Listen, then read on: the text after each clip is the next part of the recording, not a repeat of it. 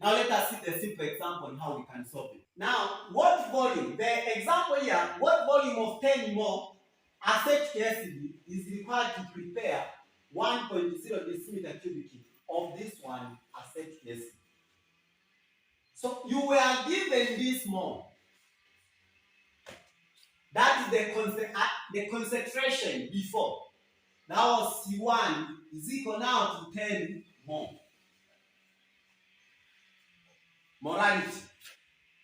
Then you've been asking, what is the volume that will be used to prepare this one?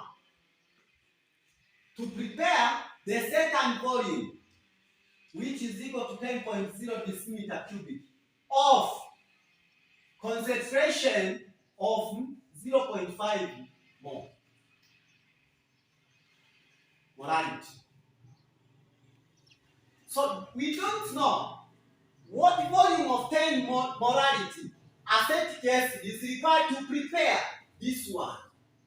So we were required to prepare this one and this one from this one. So the question, the volume that were required, the volume that was required to prepare this volume and the molarity. So from C1 V1 is equal now to C2 V2. Therefore, C1 is 10 times V1. We don't know. It is unknown. C2 is 0.5 times V2. It is 1. Therefore, we divide by 10. We divide by 10. Therefore, V1 is equal now to 0.5 over 10. Now, this is 0.05 decimeter cubic. Now, the volume that was required to prepare this one, it is 0.05 decimeter cubic. So this is the question. So this is how we talk a little bit about dilution. You are diluting something, you are reducing the concentration.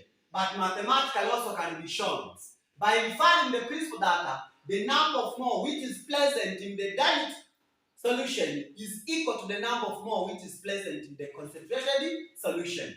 And it is therefore from there we are only changing the volume, that which eventually lowers the what? The concentration. That is, there is a change in concentration as well as volumes, but not number of mole which are present in the solution. That is the end of what we call it.